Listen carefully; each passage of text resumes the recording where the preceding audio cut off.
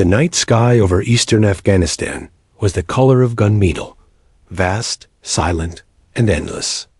The wind slid across the mountains like whispers of ghosts long gone, carrying the faint scent of dust and diesel.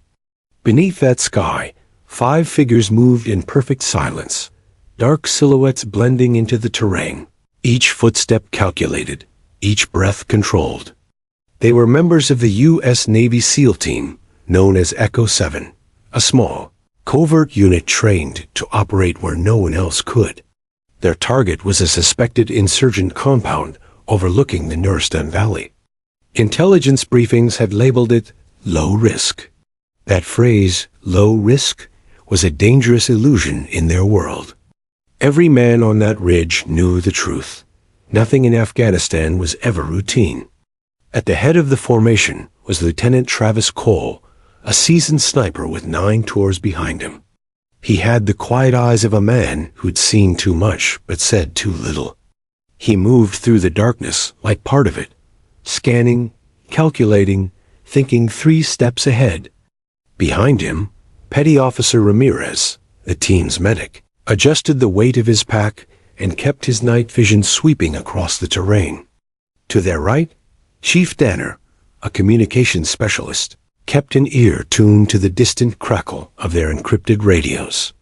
2 clicks out from Overwatch Point, Cole whispered into his mic. The response came back, a faint murmur from command. Copy that, Echo 7. Maintain radio discipline. Eyes on target only. The mission seemed straightforward. Observe, confirm, report, and exfiltrate before sunrise. No engagement unless fired upon. Standard reconnaissance.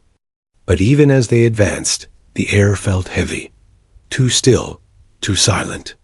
The mountains had a way of speaking when danger was near, and tonight they were eerily mute. They reached the overlook by 0300 hours. Cole set up his M2010 sniper rifle, resting the barrel on a sandbag, his scope glinting faintly under the stars. Through the lens, he scanned the compound below, a cluster of mud-walled structures surrounded by scrub brush and rusted vehicles. Nothing moved. Not a single light flickered. Looks clear, Ramirez muttered. Cole didn't answer. His eyes lingered on the far edge of the valley, where faint heat signatures shimmered. Movement, he said quietly. 2, no, 3 hostiles. Possibly 4. Range. 2,500 meters. Danner exhaled. That's damn far for a clean shot. Cole nodded. Still doable. He adjusted his breathing, the world narrowing to the rhythm of his heart and the scope's reticle. The desert wind tugged at his sleeve. Everything else, fear, doubt, exhaustion, faded into the background. Command, we've got confirmed hostiles advancing from the northeast ridge, he whispered. A brief pause. Then the voice in his earpiece. Hold fire until confirmed hostile intent. Cole's finger rested on the trigger. Through the crosshairs, the figures became clearer, silhouettes weaving through the terrain, rifles glinting under the moonlight. They were moving in a line, disciplined, coordinated, too organized for local militias. Something felt wrong. He zoomed in, adjusting focus. The rangefinder blinked minus 2,486 meters. He could make the shot if he needed to. 1 breath, 1 squeeze. Then, a distant explosion. It came from somewhere near the enemy's flank, a sudden flash of orange and white that ripped through the night. Smoke bloomed upward like a living thing, curling and shifting in the wind. The SEALs ducked instinctively as the shockwave rolled across the valley. Dust rained down from the rocks above them. What the hell was that? Ramirez hissed. Cole's scope was filled with chaos. The advancing figures scattered, some diving for cover. The smoke thickened, curling across the ridge like fog. Command, we have secondary explosions. Possible IED detonation, Danner relayed quickly. Static, no response. Then, through the haze, movement. Cole steadied his aim, squinting through the distortion. A shape emerged in the smoke, moving toward the seal's direction. Human, upright, alone. Gotta move her, he whispered.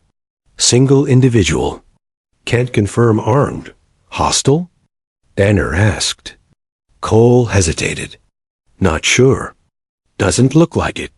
The shape grew clearer, small, fragile even. Not a man, but a woman. She stumbled forward through the dust, coughing, clutching something against her chest. Her clothes were torn, her face streaked with soot. Behind her, the smoke roiled like a curtain of ghosts. Jesus, Ramirez muttered. What's she doing out here? Cole zoomed in again. No weapon, no vest, just a satchel slung over one shoulder. She looked terrified, or exhausted. Maybe both. He switched thermal. Her heat signature pulsed faintly, weak, fading. Command was still silent. Do we engage? Danner asked. Cole didn't answer. His finger hovered near the trigger, but his instincts screamed no. Something about her felt wrong, not in the sense of danger, but mystery. She wasn't running from them. She was walking toward them. Sir, if she's bait, Ramirez started, but before he could finish, the woman collapsed. One moment she was moving through the haze. The next she was face down in the dirt, motionless. A silence heavier than gunfire settled over the ridge. Cole lowered his rifle. We're moving, he said. Danner looked up. That's against orders. I'm not leaving a civilian to die out here. They advanced cautiously, rifles sweeping the ridgeline. Every step kicked up dust that stuck to their sweat. The wind carried the faint echo of voices, distant, angry, foreign. The insurgents were regrouping. Time was running out. When they reached her, the smoke was starting to clear. The woman's breathing was shallow, her skin cold. Ramirez dropped to his knees beside her, checking for injuries. A deep gash ran across her shoulder, shrapnel wound fresh. Cole knelt and lifted the satchel from her side. Inside were scraps of paper, torn maps, handwritten coordinates, and something that made his blood run cold. A laminated U.S. military patch. What the... Danner whispered. She's carrying our intel. Cole flipped one of the maps open. It showed familiar terrain, the same valley they were in, marked with red X's and arrows. There was writing in Dari along the border of the map. Cole recognized one word. Ambush. She's been watching us, Ramirez said. No, Cole corrected quietly. She's been warning us. The woman stirred, her eyes fluttering open. When she spoke, her voice was cracked and trembling. Please, they come. Big attack. You. Not safe. Her accent was thick, but clear enough to understand. Cole met her eyes, dark, terrified, desperate.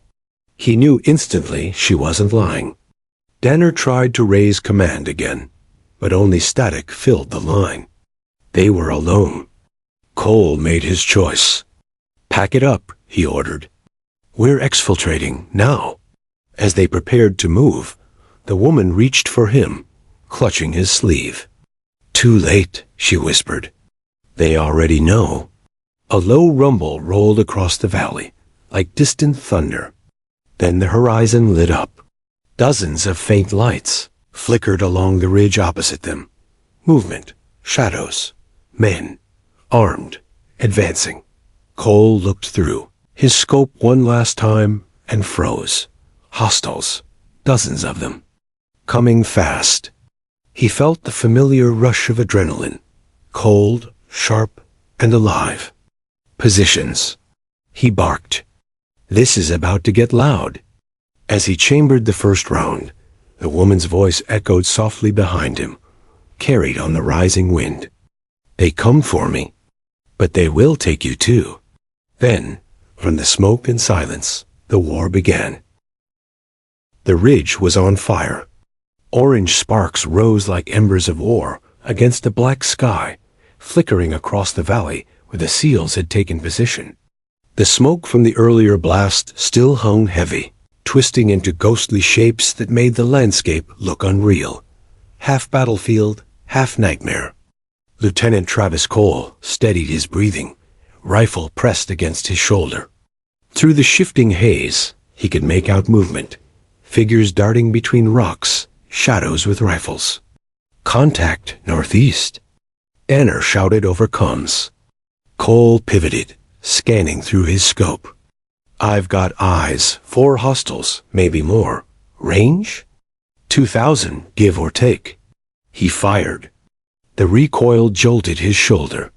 One target dropped, another ducked. The sharp crack of return fire echoed across the valley, bullets whistling past in thin, angry streaks. The air filled with dust and noise, a chorus of chaos. But even amid the firefight, Cole's mind was elsewhere, on the woman. She lay behind a boulder, motionless except for the shallow rise and fall of her chest. Ramirez knelt beside her, hands slick with blood as he worked to stabilize the wound. She's bleeding bad, Ramirez muttered. Shrapnel hit deep. I can slow it, not stop it. Cole ducked as another round snapped overhead. Do what you can. He peered again through his scope. More movement. The hostiles weren't retreating. They were circling, trying to flank. This wasn't random. It was coordinated. Danner's voice cracked through static. Sir, command's still dark. No satlink, no drone coverage. We're on our own. Cole's jaw tightened. Copy. We hold this ridge until I say otherwise. A bullet pinged off the rock beside him. Dust stung his eyes. He refocused, but then froze. Amid the distant shadows, he saw something strange. A single figure walking upright through the smoke. He blinked, thinking his vision was playing tricks, but the form was real, faint but distinct. It was the woman again. What the hell? He breathed. Ramirez, she's moving. Ramirez turned, startled. The woman was pushing herself upright, blood staining her torn shawl. Her lips moved soundlessly.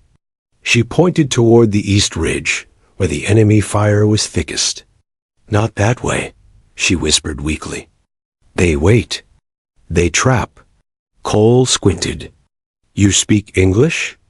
She nodded faintly, trembling. Little, enough. Her hand clutched her satchel tightly, knuckles pale. Cole glanced at it, the same one containing the strange maps and you as insignia. Who are you? He asked, voice low but urgent. Why do you have our intel? The woman hesitated, eyes flicking toward the horizon as another explosion thundered nearby.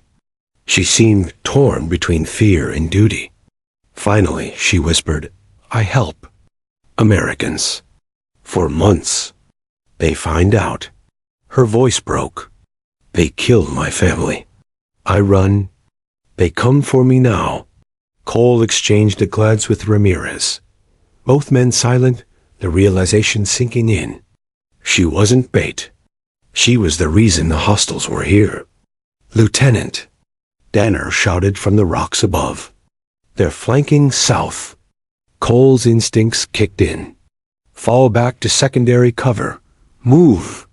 The SEALs shifted positions, firing controlled bursts as they retreated toward a cluster of boulders overlooking the lower ravine. The woman stumbled after them, clutching her side. Cole grabbed her arm, steadying her as a nearby explosion sent shards of stone flying. You can't stay here, he said.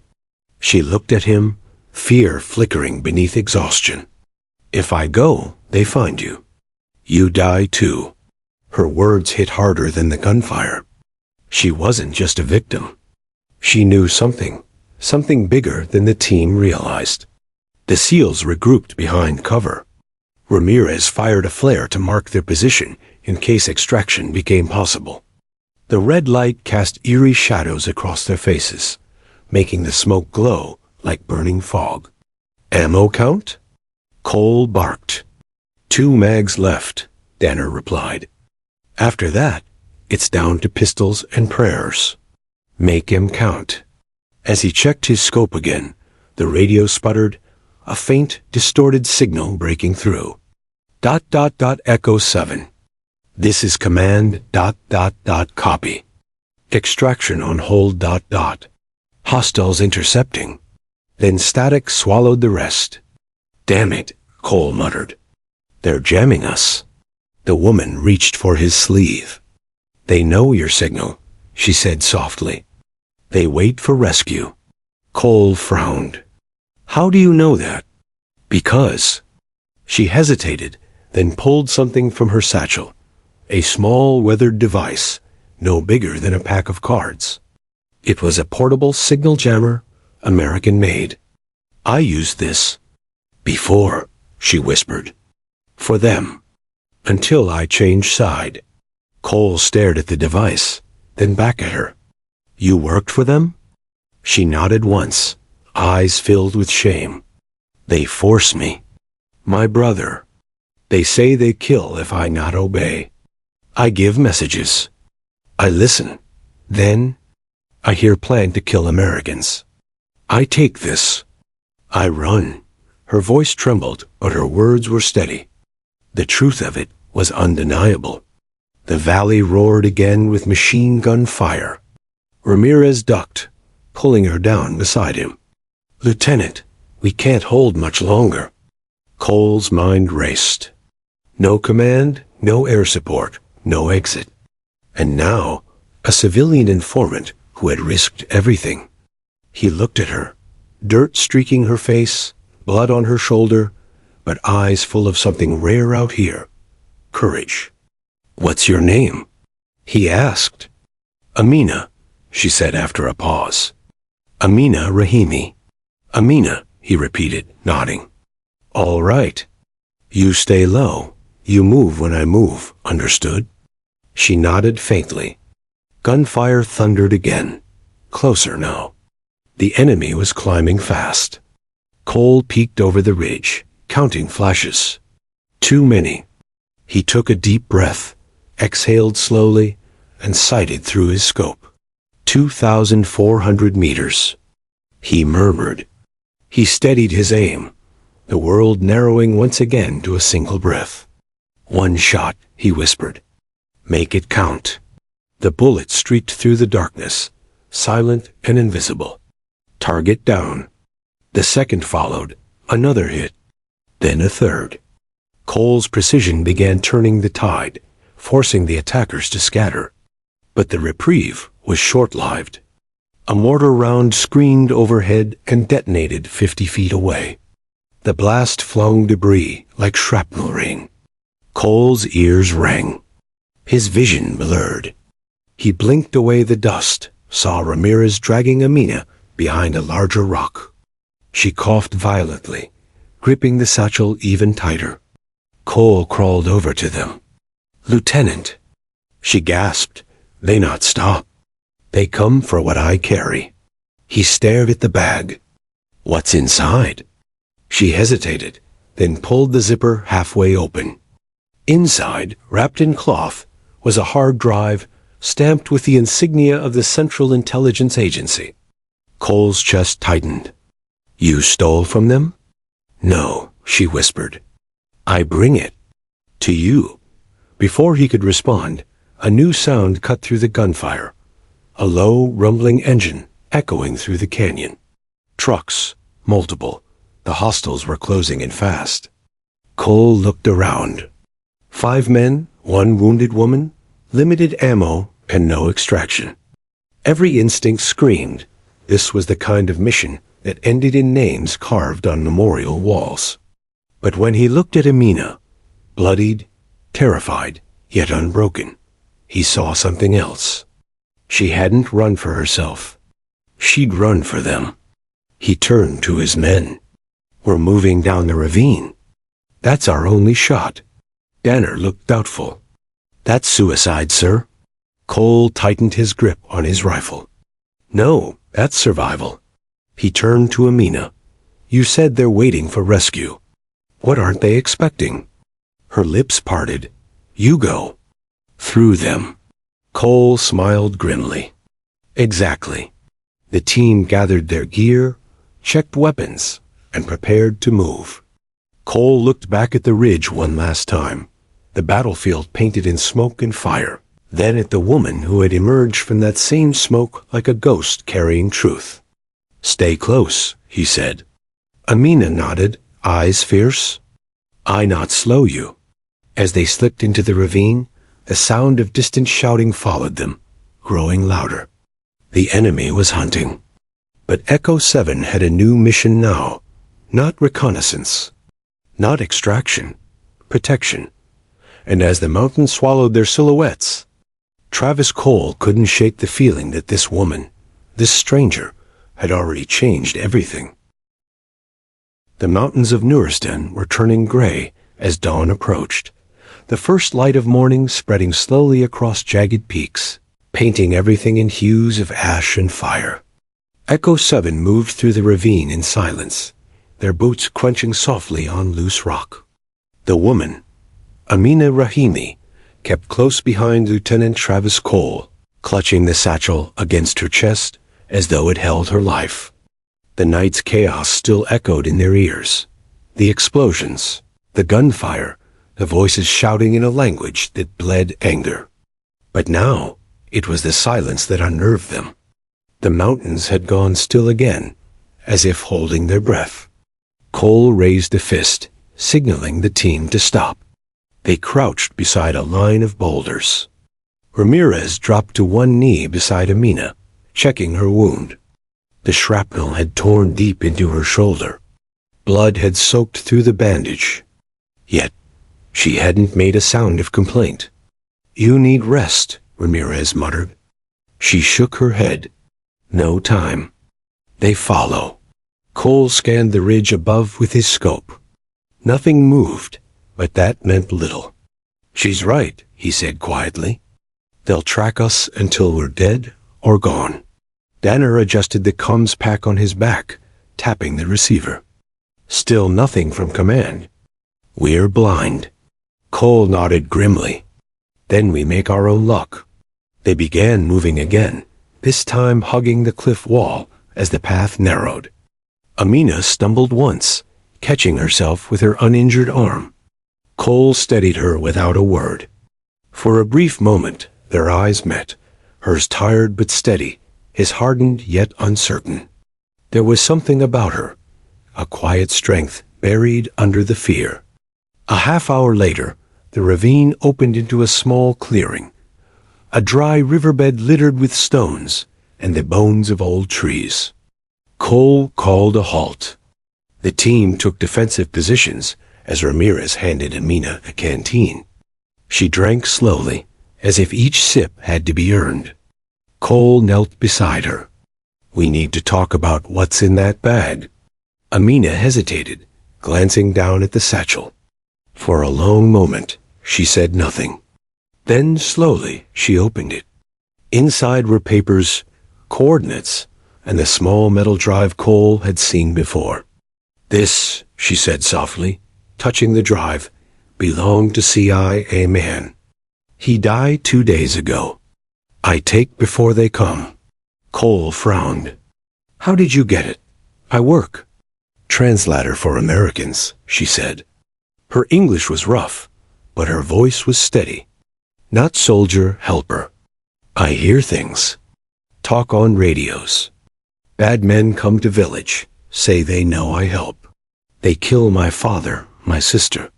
They say I next. I run. Her eyes glistened, but no tears fell. She'd cried them long ago.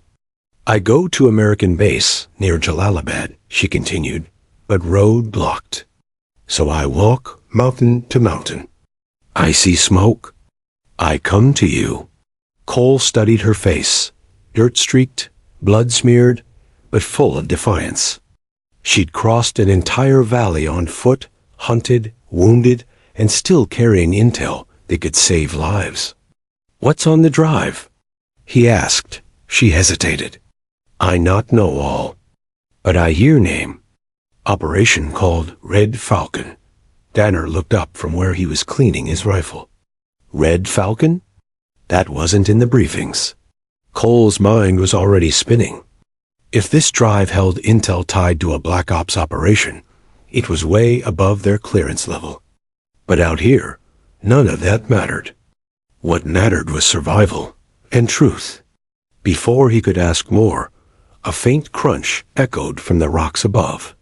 Everyone froze. Cole's hand went to his rifle. The sound came again, deliberate, careful, human. He gestured silently, and the SEALs spread out into defensive positions. The air turned razor-sharp with tension. Amina pressed herself against the rocks, clutching the satchel tight. Cole lifted his scope toward the ridge. For a few seconds, nothing.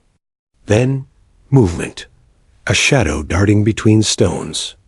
Another figure followed. Then another. "Contact," he whispered. High ground, 12 o'clock. The first shot came before the words finished leaving his mouth. A bullet slammed into the dirt inches from his leg. "Down!" Cole barked.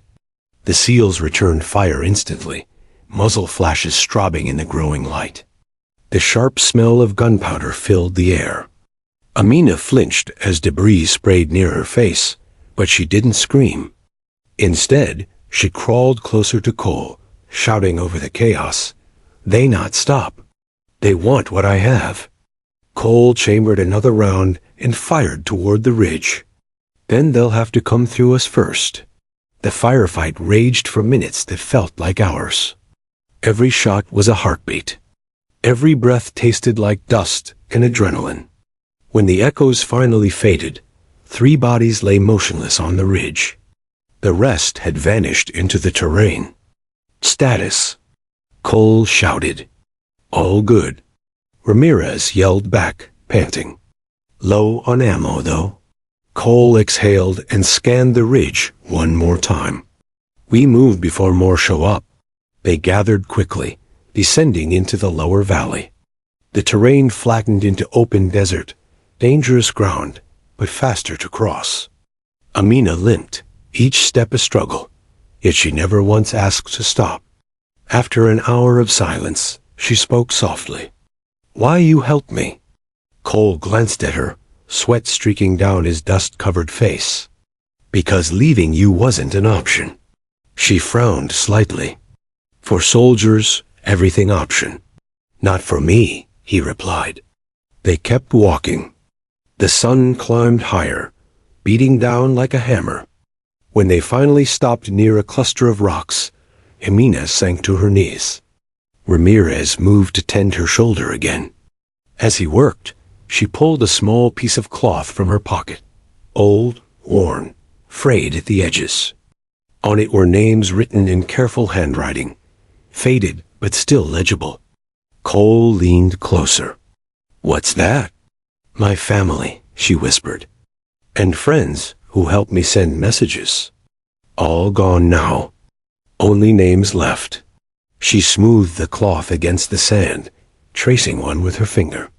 "My brother. He say once, if you write name in sand, wind take it away. So I write again, always." Cole's chest tightened. In that moment, she wasn't just a source of intel. She was a human being who'd lost everything but her will to keep going. He crouched beside her. "We'll get you out," he said. "I promise." She looked up at him, eyes tired but steady. "Promise easy, peep?" "Hard." Before he could answer, Danner's radio crackled faintly, a whisper of life through the static. ... Echo 7? This is command. Do you copy?" Everyone froze. Danner twisted the dial. "Command, this is Echo 7. We read you." The signal broke again, then returned, weak but clear. "Hostiles converging on your location. Estimated 20 plus. Nearest extraction zone is 2 clicks west of your position. Move fast." Cole's heartbeat kicked up. 2 kilometers of open terrain, exposed, hunted, wounded. But it was their only chance. He looked at Amina. "Can you walk?" She nodded, though her face betrayed the pain. "I walk." He offered his hand. She took it, firm, unflinching. For a brief moment, the world felt still again. Just a soldier and a survivor standing in the wind. Then Cole said quietly, "Let's finish this." As Echo 7 began moving toward the western ridge, the rising sun caught the edges of the sand where Amina had written her names. The wind rose, sweeping across the desert, erasing them one by one, but not before Cole saw the last one fade. Amina Rahimi, her own name written beneath the others. Cole looked at her, realization dawning like the morning light. She didn't expect to survive this. She'd already made peace with it. He tightened his grip on his rifle, jaw set. Not today. They disappeared into the horizon, 5 soldiers and 1 woman carrying the weight of a nation's secrets, as the mountains behind them burned quietly in the morning sun. The sun blazed over the Afghan valley, burning away the last traces of dawn. The desert shimmered with heat, the air vibrating with the low hum of distant wind. Every breath felt like swallowing fire. Lieutenant Travis Cole led Echo 7 westward, eyes locked on the ridge ahead. The extraction zone was 2 kilometers away, 2 endless kilometers of open ground. Their comms were barely holding, ammunition was low, and Amina's wound was getting worse. Still, they pressed on. Danner glanced at the GPS unit strapped to his vest. "We're drifting off route," he warned. "If we veer more south, we'll hit that dry riverbed again." Cole squinted against the glare. "No choice. The high ground's too exposed. We stay low." Behind him, Amina stumbled. Ramirez caught her before she fell, easing her weight onto his shoulder. Her face was pale, slick with sweat, but her eyes never left the horizon. "Almost there," she murmured, half to herself. Cole heard it, the way she said it, not with hope, but with determination. Like someone walking toward fate, not away from it. Minutes passed like hours. The sand dragged at their boots. The silence was heavy, until Danner's comms unit hissed again. Static. Then, Echo 7. Repeat, hostiles. Converging. 10 minutes out. Cole swore under his breath. "We're out of time." They broke into a jog, weapons ready, scanning the dunes. Every shadow felt alive. Every gust of wind sounded like movement. Ramirez grunted, glancing back. "They're close. You can feel it." Cole nodded. "We'll hit the extraction zone, set a perimeter, and hold. Command better send that bird." They crested a low rise, and there it was, the extraction site. An old helipad from a long-abandoned NATO outpost, barely visible under the sand. A rusted comms tower tilted nearby, like a dying tree. Cole lifted his hand. Positions. The SEALs fanned out, taking cover behind the scattered debris. Ramirez helped Amina sit behind a section of collapsed wall. Her breathing was shallow, her shoulder dark with blood. Cole crouched beside her. "We'll get you out. You just hang on." A faint smile touched her lips. "I'm not afraid, Lieutenant." "You should be," he muttered, checking his rifle. "Everyone's afraid." She looked at him then, her gaze steady. "No, just people who have something left to lose." Before he could respond, the first bullet screamed past. Then another. The ridge to the east erupted with muzzle flashes. Cole dove for cover, shouting, "Contact, East Ridge." Danner and Ramirez opened fire, sending bursts into the rocks. The air filled with dust and the sound of gunfire echoing off stone. "2 teams, Danner yelled. "Maybe more." "Keep them pinned." Cole barked. "We hold till extraction." He grabbed his comms. "Command, this is Echo 7. We are under heavy contact at Grid 2-1 Bravo. Need immediate evac. Static. He tried again. Command, do you copy? Nothing. Cole cursed and slammed the radio against the ground. Amina pulled the satchel closer. They come for this, she said quietly. Cole looked at her. The fear in her eyes wasn't for herself. It was for what she carried. He realized something then. This wasn't about her survival. It was about keeping that drive out of enemy hands, no matter what it cost. Ramirez called out, Cole. We're getting boxed in. Cole peeked over cover, dust trails on both flanks. They were being encircled. Danner, smoke out. 2 thick clouds of gray smoke billowed into the air. It gave them a few seconds, enough for Cole to think. Ramirez, he said quickly, get Amina ready to move. We're going west, through that gully. Ramirez blinked. That's suicide, sir. Cole met his eyes. So staying here? They sprinted. Bullets tore through the smoke as Echo 7 plunged into the narrow gully. The ground sloped downward, leading toward a dry ravine.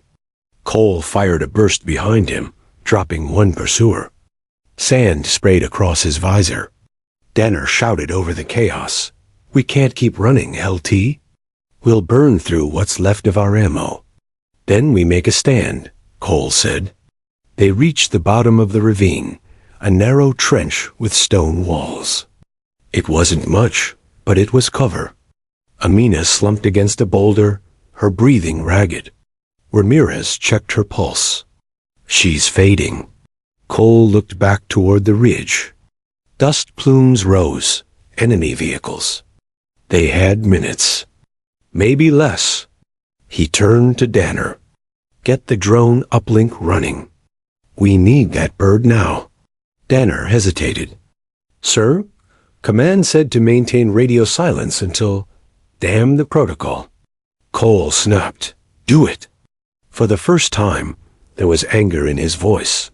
Not the cool, calculated tone of a SEAL commander, but the raw fury of a man watching his world collapse. Danner nodded and set up the uplink. Sparks flickered from the unit as it connected. Cole knelt beside Amina again. You need to stay awake.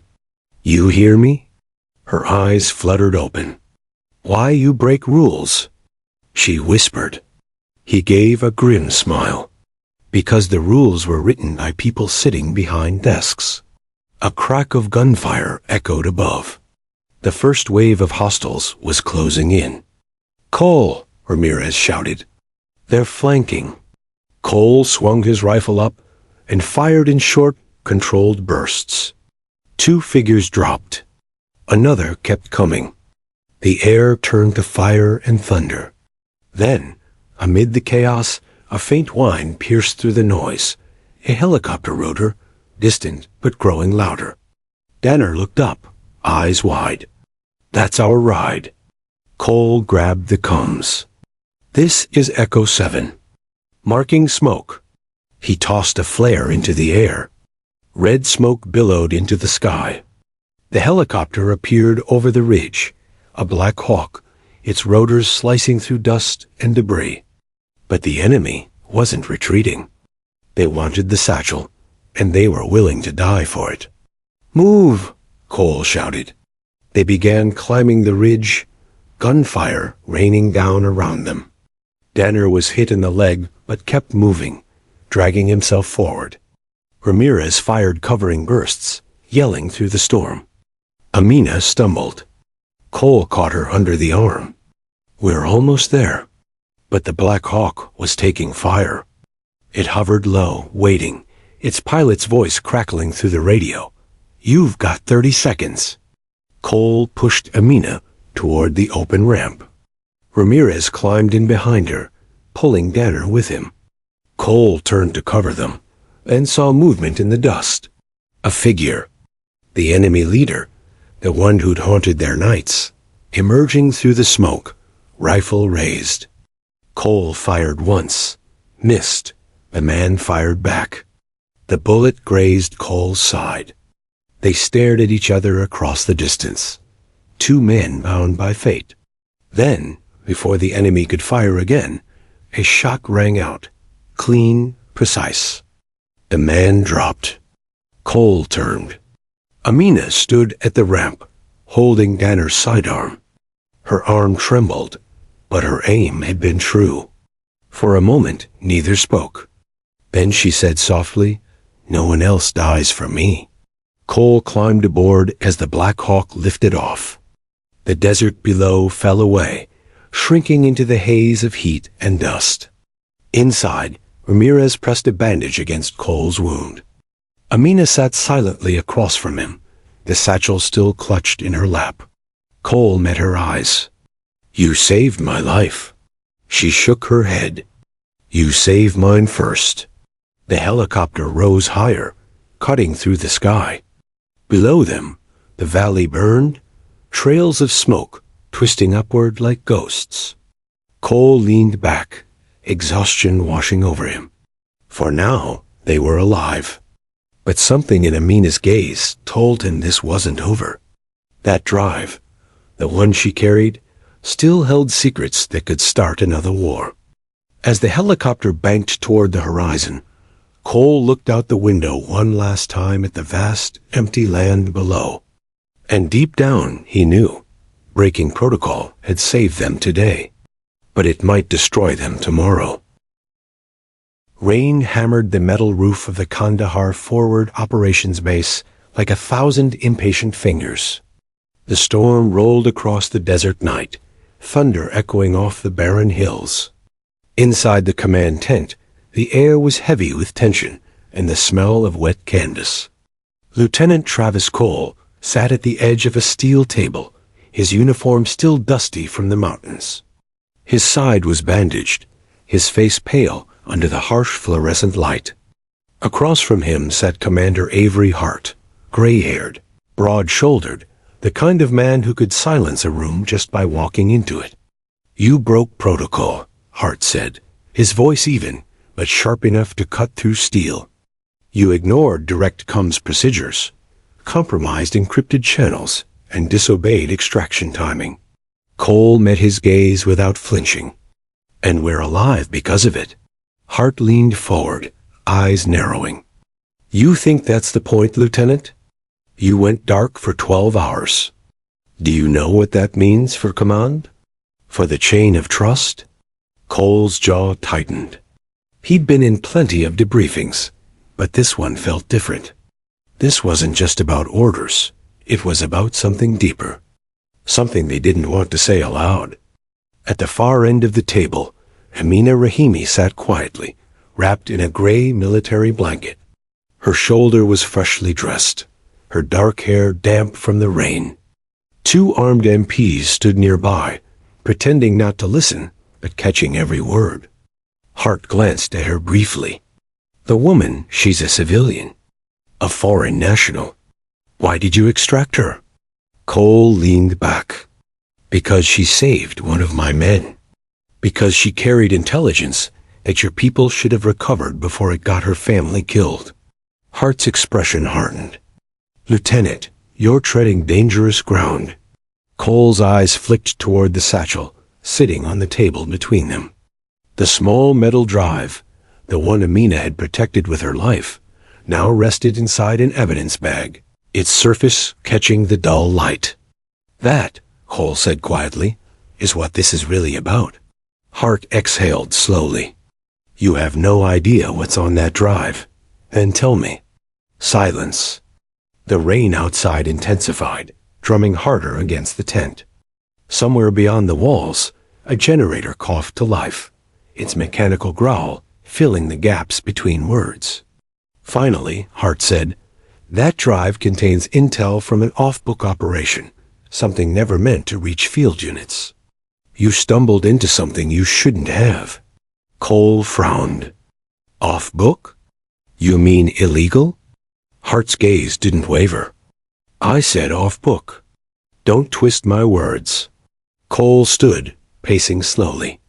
"Sir, we lost 2 men because of this. We were ambushed. They knew where we'd be. Someone fed them our route. Hart's voice dropped. Watch what you're implying. Amina's voice broke the tension, soft, accented, but steady. He not imply. He know. People die for this. My father, my brother, my village. Hart turned his gaze on her. Miss Rahini, I understand your loss. She cut him off. No, you not understand. You make deals in secret, send weapons to wrong men. You call them allies until they turn guns on you. That drive show everything. Cole froze. The words hung in the air like a thunderclap. Hart's jaw clenched. You don't know what you're talking about. Amina's dark eyes didn't waver. I translate those messages. I hear names. One of them, Hart. The tent went silent. The only sound was the rain, relentless and cold. Hart stood, his movements deliberate. Lieutenant Cole, you are dismissed. Cole didn't move. She just accused you of running weapons to the enemy, and you want me to walk out? Hart's voice dropped to a whisper, dangerous and calm. That's an order. Cole looked at Amina. She was trembling, but not from fear, from the weight of what she'd said. I'm not leaving her, Cole said. Hart's hand moved to the file on the table. You don't understand the world you've stepped into, son. This isn't about morality. It's about balance. What you call corruption, others call strategy. Cole stared at him. That's not strategy. That's betrayal. For a long moment, the two men locked eyes, soldier and commander, loyalty against truth. Then Hart straightened. You'll return to your quarters. You and your men are on medical leave pending review. That's in order. Do not discuss this outside this tent. Do I make myself clear? Cole hesitated, then saluted stiffly. Crystal, sir. He turned to Amina. I'll be back. She gave a faint nod, clutching the blanket tighter. As Cole stepped out into the rain, the night swallowed him whole. The camp lights glowed dimly through the storm. He could hear the distant hum of helicopters and the low murmur of soldiers moving through puddles. Ramirez and Danner were waiting near the barracks, both looking worse for wear. Danner's leg was wrapped, Ramirez's eyes hollow from exhaustion. How'd it go? Ramirez asked. Cole shook his head. They're burying it. Figures, Danner muttered. They always do. Cole lit a cigarette, the flame flickering in the wind. Something's off, Ramirez. That drive, it's not just intel. It's leverage. Amina knows something she's not saying. Danner looked around, lowering his voice. What's your plan? Cole stared through the rain at the command tent glowing faintly in the distance. Hart's gonna make her disappear. If that happens, everything she risked, everything we risked, dies with her. Ramirez frowned. You're not thinking? I'm thinking, Cole interrupted. We're not done yet. He exhaled smoke into the night, watching it vanish into the rain. We go off-grid. Danner's brow furrowed. You want to go rogue? After what we just pulled? Cole nodded. Yeah, because sometimes following orders gets innocent people killed. The next morning, the storm had passed, leaving the base washed clean, but quiet, too quiet. The kind of quiet that comes before something breaks. Cole moved fast. He found Amina in the med tent, guarded by a single MP. She looked up as he entered, her face lighting with faint surprise. They move me tomorrow, she said softly. They say embassy. But I no lie. Cole unzipped the duffel and tossed her a jacket. We're not waiting for tomorrow. Within minutes, they were outside, moving through the shadowed edges of the camp. The guard never saw it coming. A silent chokehold, a quick drag into the dark. Ramirez waited by the perimeter fence, crouched near a Humvee. You're insane, he hissed. Cole grinned faintly. I've been told that before. Danner climbed into the driver's seat, engine rumbling low.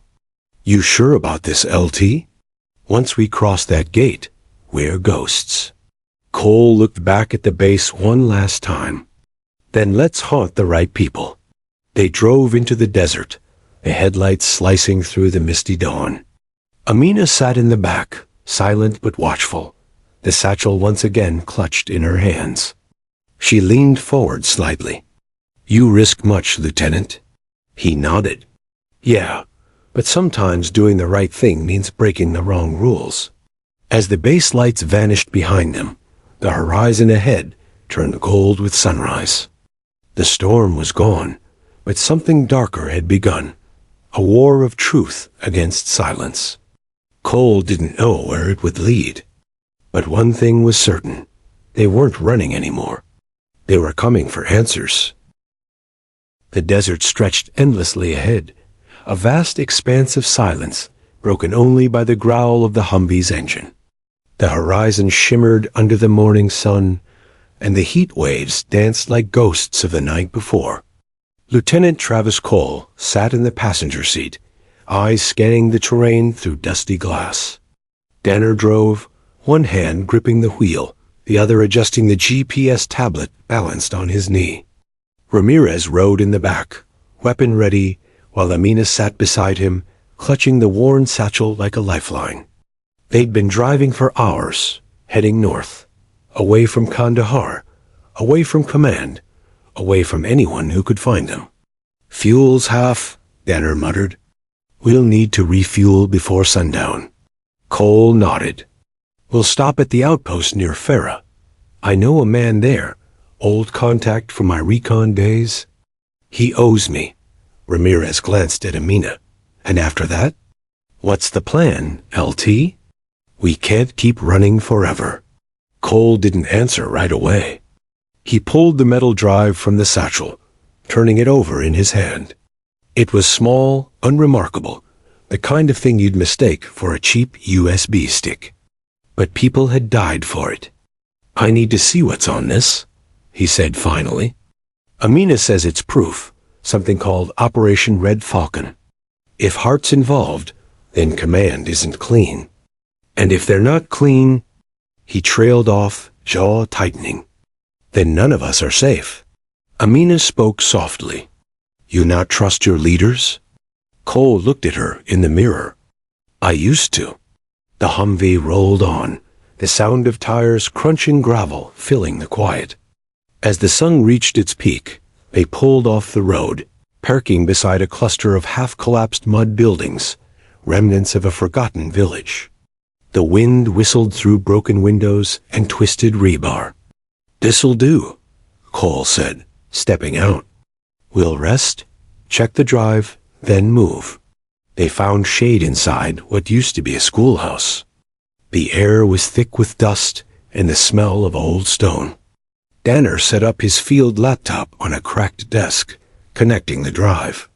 "If there's encryption, I'll crack it." Cole stood guard by the window, scanning the dunes. Ramirez passed out ration bars. Amina sat quietly, eyes fixed on the laptop screen. Minutes passed. Then Danner's fingers froze. "Got something," he said. Cole turned. "What is it?" Lines of text scrolled across the screen. Lists of coordinates, code names, payment records. Embedded images appeared. Crates marked with US serial numbers being loaded onto unmarked trucks. Danner's voice dropped. "Jesus. These are weapons shipments. Anti-tank missiles, drones, surveillance rigs, all routed through shell companies in the Gulf.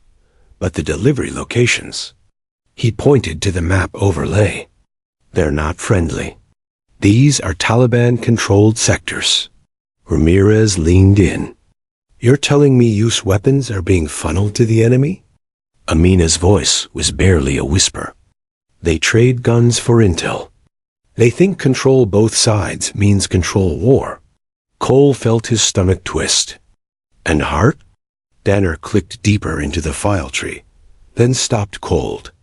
A photo opened, grainy, but unmistakable. Commander Avery Hart, shaking hands with a man Cole recognized instantly from years of intelligence briefings. Khalid Rahman, an arms broker tied to multiple insurgent networks. There it was, the proof. The betrayal, captured in a single image. Cole's heart pounded. He's been selling weapons to the people killing our men. Ramirez cursed under his breath. And command covered it up. Amina reached out, her fingers trembling as she touched the edge of the screen.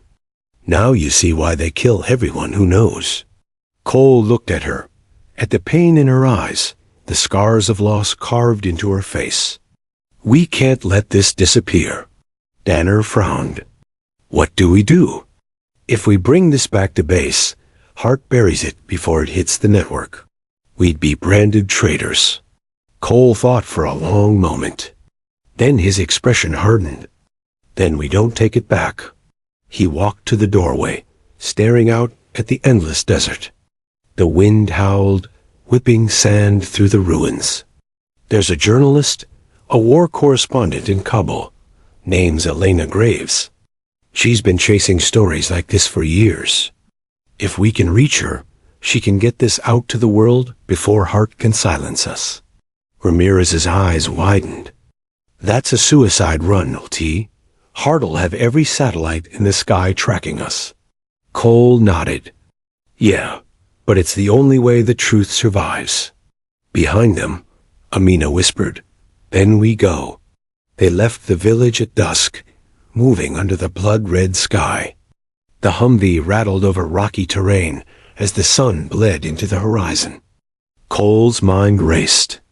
Every instinct told him to turn back, to find cover, regroup, wait for orders.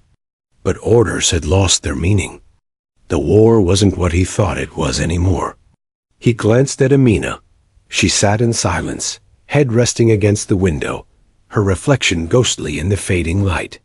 For a moment, he wondered how someone so fragile-looking could be so unbreakable. Why did you do it? He asked quietly. Why risk everything? She looked at him, her eyes reflecting the dying sun. Because someone must. If not me, then who? The simplicity of it struck him harder than any bullet. Night fell quickly. Stars blanketed the desert sky as they reached the outskirts of a small fuel depot, abandoned but still stocked. Ramirez filled the tanks, while Cole checked their perimeter. Danner stayed in the Humvee, scanning the laptop again. Lol T, he called suddenly, voice low. We've got a signal military encrypted, but close. Someone's pinging our coordinates. Cole froze. Hart? Has to be. He's tracking the drive. Ramirez dropped the fuel nozzle. We need to move, now. Before Cole could reply, headlights flared in the distance. 3 vehicles cresting the ridge. Contact! Danner yelled. Cole grabbed his rifle, shouting, Everyone in the Humvee. Bullets tore through the night. The desert lit up with tracer fire. Ramirez fired back from the rear hatch, his rounds sparking against the approaching trucks. The roar of engines grew louder, closer. Amina ducked, clutching the satchel to her chest. They come for this again. Cole slammed his fist against the dashboard. Hold on. The Humvee roared forward, tires spitting sand. Bullets shattered the rear window. Danner fought the wheel as the vehicle bounced across the dunes. Ramirez leaned out the side hatch, returning fire. They're gaining. Cole gritted his teeth. Danner, head for the canyon. They plunged off the road, barreling toward a narrow ravine. The pursuing vehicles followed, their headlights slicing through the dark. Grenade out, Ramirez shouted, tossing one behind them. The explosion ripped through the night. One of the trucks flipped, spinning in a burst of fire. The other swerved, slowing just enough. Cole turned to Danner. Cut the lights, go dark. The Humvee plunged into shadow. The only sound was the engine's growl and the pulse of adrenaline in their ears. After what felt like forever, They came to a stop deep inside the canyon. Silence. Only the whisper of the wind through stone. Cole exhaled slowly. "Everyone all right?" Ramirez nodded. "We're good, barely." Amina sat trembling but alive. Danner checked the laptop, its screen flickering faintly. The drive still intact. Cole looked at them, at his team, bruised, bleeding, but standing. "We've crossed the line now," he said quietly. "There's no going back." He turned toward the desert stretching beyond the canyon, a black sea under the stars. "From here on out, we're ghosts." Amina met his gaze. "Ghosts can still fight." Cole nodded, a faint smile touching his lips. "Yeah, but this time we fight for something that matters." Above them, a satellite passed silently across the night sky, watching, recording, hunting. The war for truth had begun. The night air hung heavy with dust and tension. Deep within the canyon, the SEALs huddled around the dim glow of Danner's laptop. The Humvee sat half-hidden behind a wall of rock, its engine still warm from the desperate escape. Lieutenant Travis Cole studied the map projected on the cracked screen. A red blinking dot marked their position, and several others moved steadily toward it. "They're sweeping the area," Cole muttered. "Hart's trackers are running infrared drones. We've got maybe 2 hours before they box us in." Ramirez spat into the dirt. 2 hours? That's generous. We're out of comms, half our gear's fried, and I'm pretty sure that last jump cracked the axle. Danner glanced up, exhaustion etched into his face. The laptop's holding, but not for long. The signal trace from the drive keeps pinging. It's like they built a beacon into it. Cole rubbed his jaw, thinking. Then we use it against them. Amina looked up, eyes wary.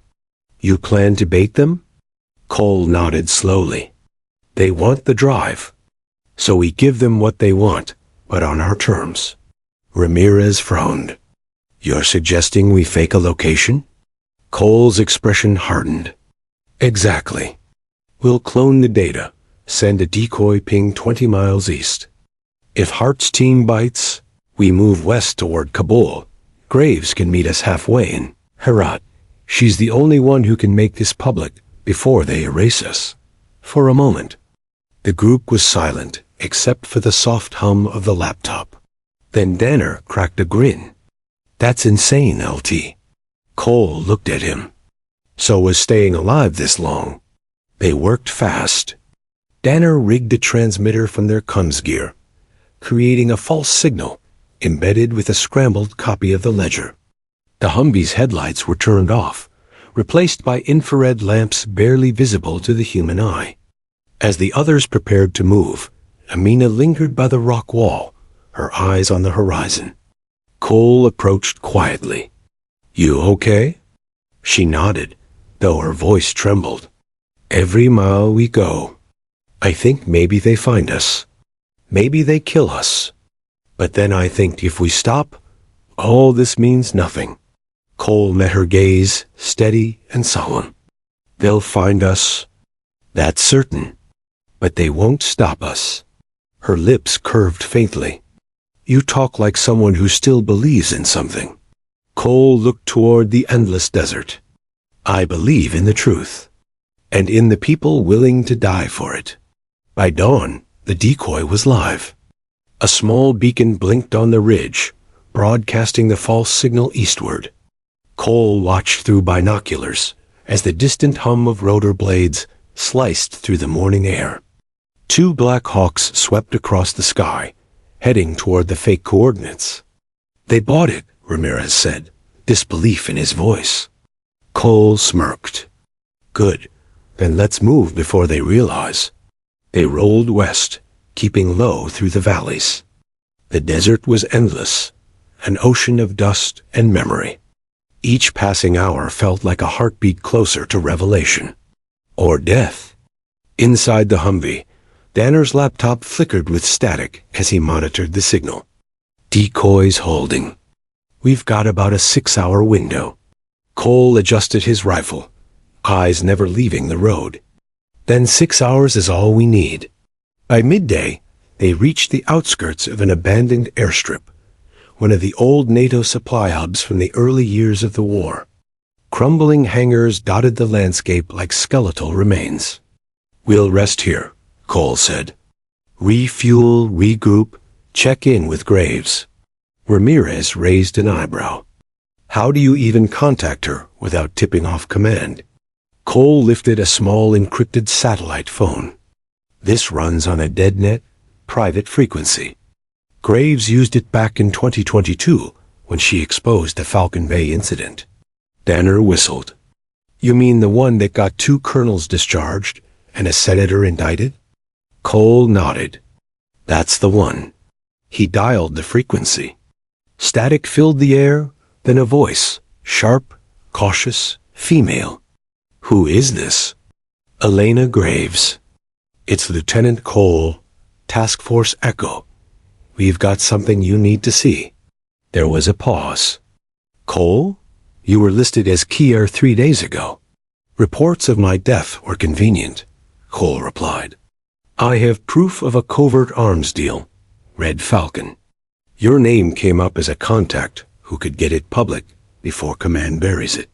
Another long silence. Then, where are you? Heading west. We'll reach Herat by nightfall. You won't make it that far, she said quietly. They've locked down the main routes. Hart's declared you rogue operators. Every unit in the region has orders to detain or kill on sight. Cole's pulse quickened. Then how do we reach you? I'll come to you, Graves said. There's a safe house 20 miles outside Herat, an old communications tower. Be there by midnight.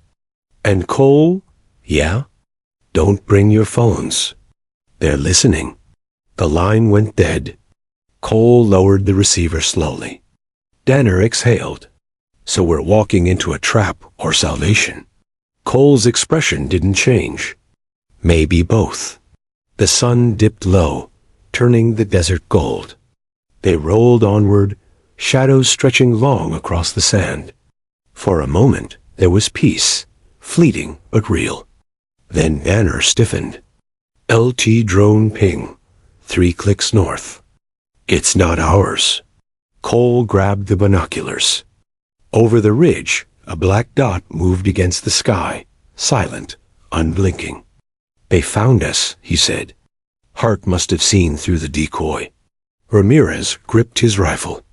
So what now? Cole's eyes narrowed. We keep moving. The towers are only shot. The drone dipped lower, circling like a hawk. Then came the distant roar of engines, 2 armored vehicles cresting the horizon. They're flanking us. Danner shouted. Cole slammed his fist down. Punch it! The Humvee roared forward, bouncing across the dunes. Bullets tore through the air, kicking up sand around them. Return fire. Cole barked. Ramirez leaned out, firing bursts at the lead vehicle. The round sparked off its armor. Danner twisted the wheel, swerving hard as the canyon walls loomed ahead. A shell exploded behind them, the shockwave rocking the Humvee. We can't outrun them. Ramirez yelled. Cole's jaw tightened. Then we don't. He turned to Danner. Get ready to cut the engine on my mark. What? Why, just do it. Cole pulled a smoke grenade from his vest and yanked the pin. Thick white smoke poured out, cloaking them in fog. Now, Danner killed the lights and engine. The Humvee coasted silently into a narrow ravine, vanishing into the haze. Moments later, the pursuing vehicles thundered past, blinded by the smoke. When the sound faded, Cole exhaled, heart pounding. That buys us time, he said. Not much, but enough. They set up camp deep in the ravine, hidden from drones. The air was heavy with the smell of diesel and sweat. Amina sat near the firelight, clutching the satchel. How many times we run before they stop chasing? Cole crouched beside her. Until they can't. She looked at him, searching. You think truth will change anything? Cole hesitated. Maybe not the world, but it changes us. That's enough. Danner joined them, holding up the laptop. LT, you'll want to see this. The screen flickered. A transmission intercepted from Hart's network. Cole leaned in. Authorization granted. Terminate Echo Team before they reach Herat. No survivors. Retrieve the asset at all costs. Cole's blood ran cold. They've mobilized an entire strike team, Danner whispered. Ramirez cursed. We're outnumbered 10-1. Cole stood slowly, eyes burning with quiet fury. Then we even the odds. He turned toward the darkness beyond the canyon. We've been hunted long enough. Now we hunt back. The firelight flickered against his face, the face of a man who'd seen too much, lost too much, and was done running. Amina watched him, the soldier who had once followed orders, now standing against everything he'd served. War is not just guns and bombs, she said softly. It is silence too, the kind they use to bury truth. Cole nodded, staring at the night sky where satellites glimmered like cold eyes. Then let's break their silence. The team moved in the shadows, weapons checked, hearts steady.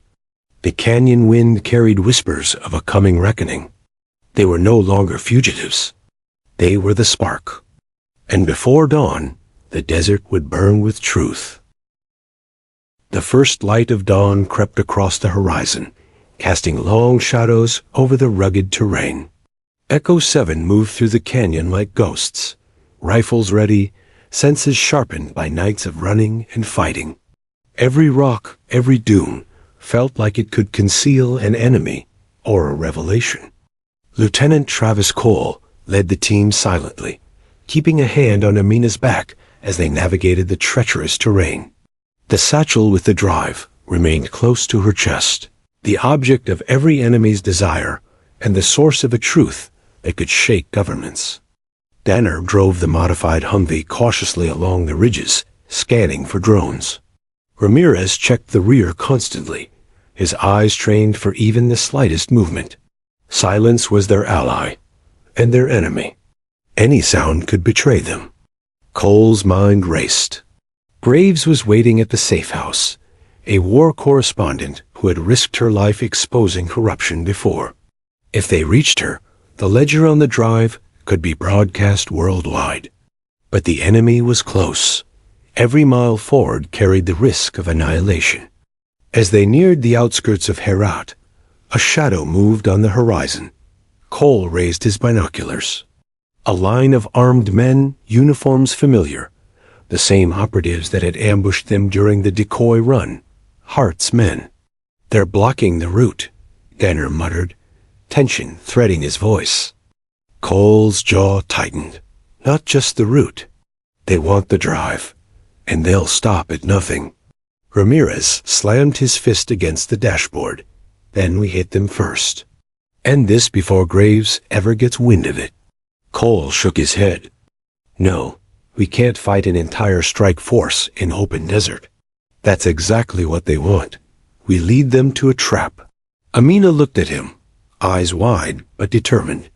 Trap? Cole nodded. A calculated risk. We draw them in, slow them down, and get you to Graves.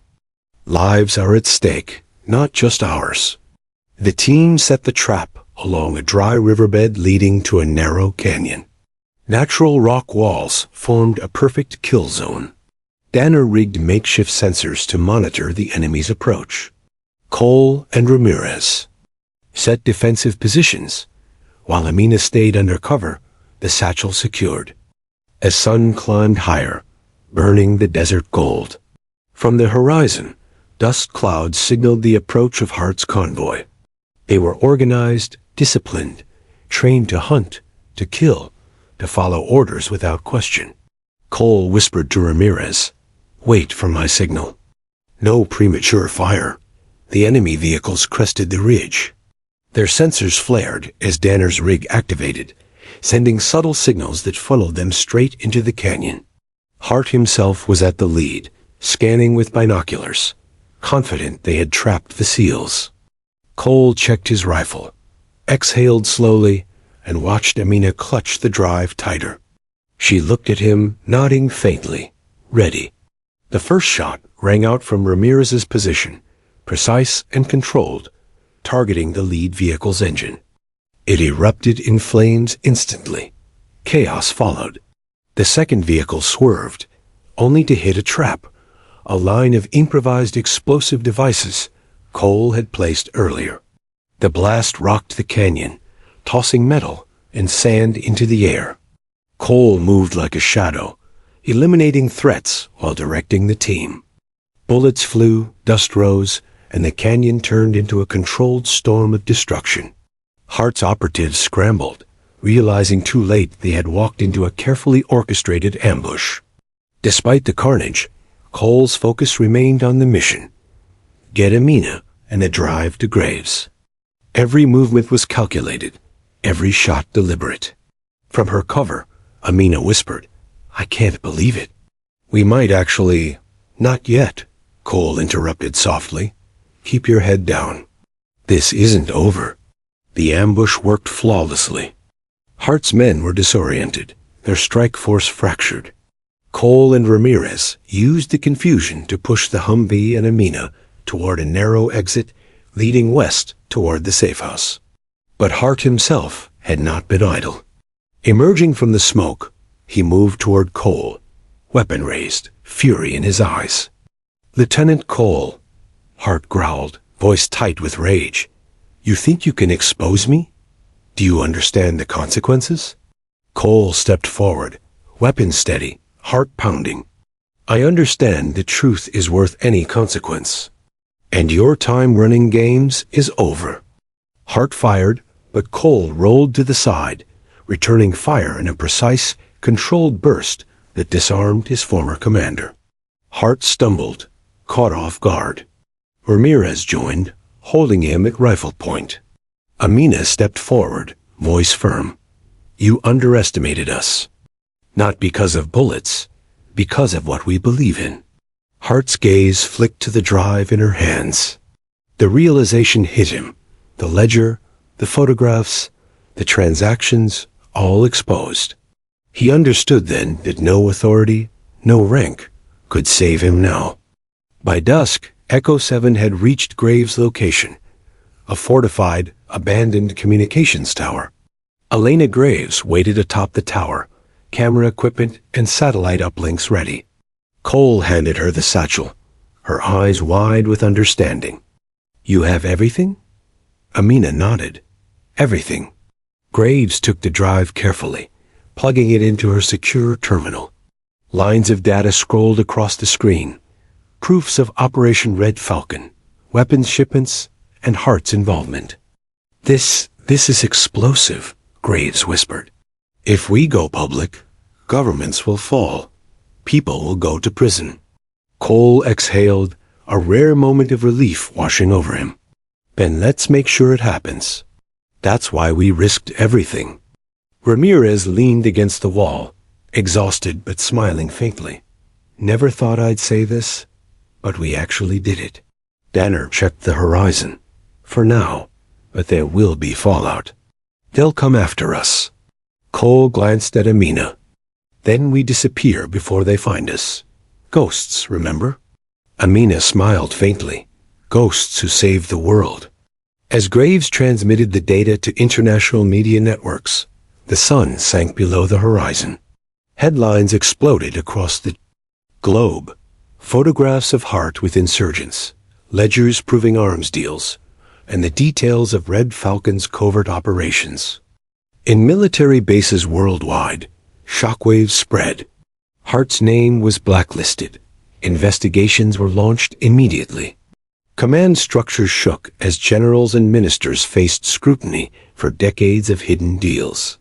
Yet, in the middle of it all, Cole, Ramirez, Danner, and Amina vanished into the night. They were untraceable, their tracks erased, leaving only whispers of a rogue SEAL team that exposed the truth. Amina looked up at Cole as they crossed the desert under moonlight. What now? Cole smiled faintly. Now we live. We make sure truth doesn't die again. And we watch, because the world will try to bury it. Danner laughed softly. After all that? You still sound like a soldier giving orders. Cole shrugged. Some habits die hard. Ramirez grinned, shaking his head. And some ghosts just won't rest. As the desert wind carried them further into the night, the first whispers of a new dawn stirred across the horizon. The mountains, the canyons, and the endless sand witnessed the end of a mission and the beginning of a legend. Echo 7 had survived. Amina Rahimi had survived. And the world would finally know the truth. Somewhere, far above, satellites passed silently, recording everything. But this time, the truth was already out, uncatchable, unbreakable. Cole glanced at Amina, then at his team. We didn't just fight for survival, we fought for justice. For every name written in the sand. For every life lost because someone hid the truth. She nodded, voice soft but firm. Then our fight continues. Cole raised his rifle. Not in war, but in acknowledgement. A promise to himself, to Amina, to the world. And as they disappeared into the desert night, the stars overhead glimmered like silent witnesses to their story. The story of courage, sacrifice, and the reckoning that changed everything.